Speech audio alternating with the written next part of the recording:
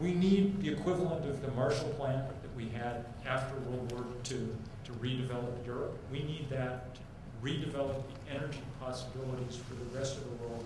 And if we're not generous enough to do that, then there is no possibility of heading off this kind of future. That's why those of us who did Step It Up last year are now turning our attention mostly to trying to lay the groundwork for these international negotiations that are going to be going on over the next few years. We think the American movement is up and running pretty strong, and there are very good groups that have kind of come up in the wake of Step It Up, like onesky.org that's helping sponsor Focus the Nation, that'll serve to do this work here. We're trying to figure out how to launch a similar grassroots movement around the world, especially in developing countries.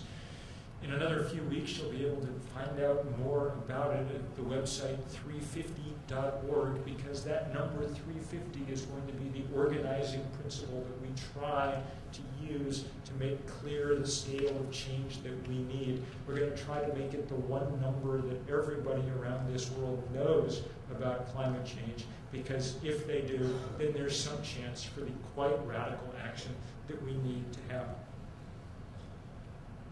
I'm going to stop and ask for questions. Before I do, let me say that one question I often get asked is, are you optimistic or pessimistic about all of this? It's a good and a fair question, and one for which I have no coherent answer anymore. Look, I'm not by nature unbelievably hopeful. I mean, the book that I wrote about this stuff was called The End of Nature, okay? On the other hand, it's been incredibly exciting for the last year to see people rising up to do something.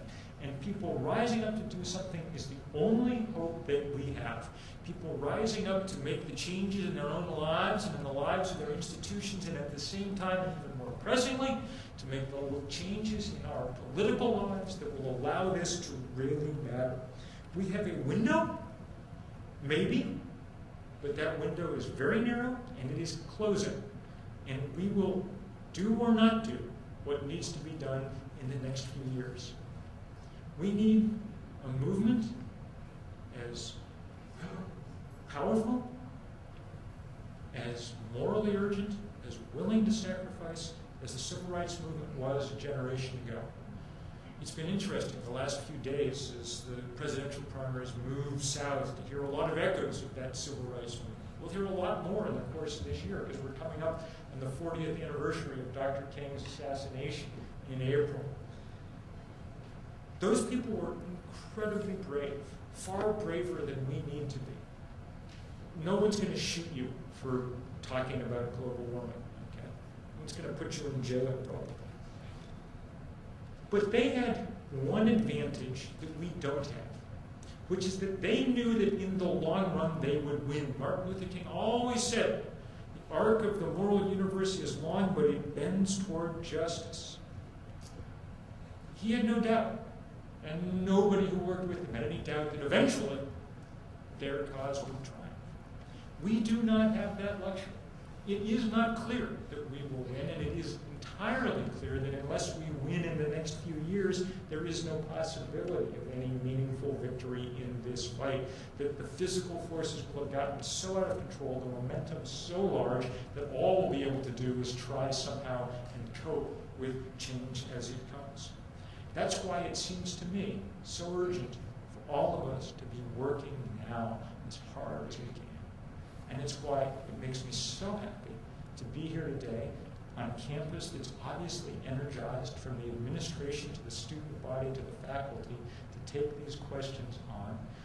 An important part of the movement that we must build very, very fast if we're to have any real hope of dealing with what lies ahead. Thank you so much for the work you've already done. Thank you even more for the work you're going to do. Let's hope. Thank you.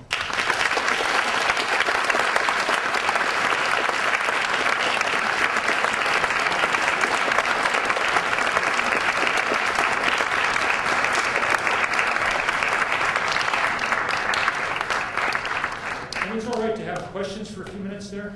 It's going to be great. And I can hardly see you all, but if you wave your hand, I might be able, well, that's a little better. I might be able to, and then just shout it out, and I'll repeat it back if people can't hear. So why do you think the Congress hasn't prioritized? Why has Congress not prioritized this?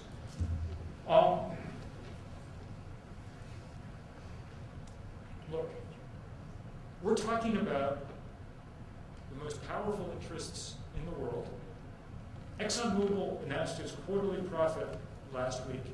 $10 billion for the fourth quarter. They made $40 billion last year. They made more money than any company in the history of money made. Okay?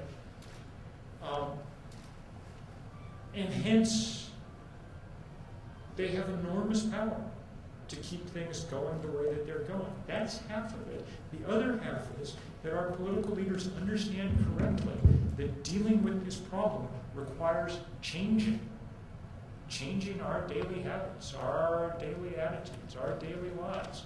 And so far they've calculated that we're not up for that, that we're going to unelect them if they tell us to do the things that we need to do.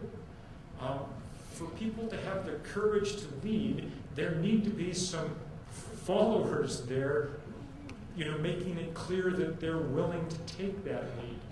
And, at some level, I have a certain amount of compassion for presidents and congressmen and all of that faced with this issue, because it is extraordinarily difficult to imagine Americans who've become, all of us have become a spoiled bunch in many ways, making the kind of changes that we need to make.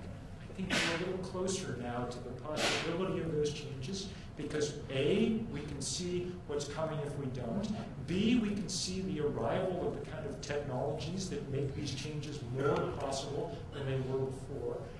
Those two things may give us the possibility of real change. But it's going to take a movement. I remember interviewing John McCain years ago, spending a couple of days with him in Washington. He's the one Republican that's been pretty good on this stuff, okay? And he said, I asked him sort of that question. He said, look, I hear every single day that I'm in Washington from the lobbyists for the oil industry and the car industry and the coal industry. And I don't hear that often from any of my constituents about global warming. It's a pretty easy call for me to make and any other senator to make. We can change that. We did a lot in the last year to change that. Martha Rainville's not alone.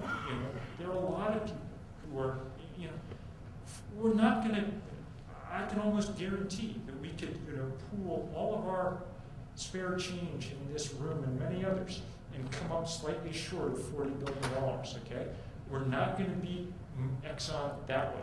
But we might be able to beat them with political commitment and political courage. We will see.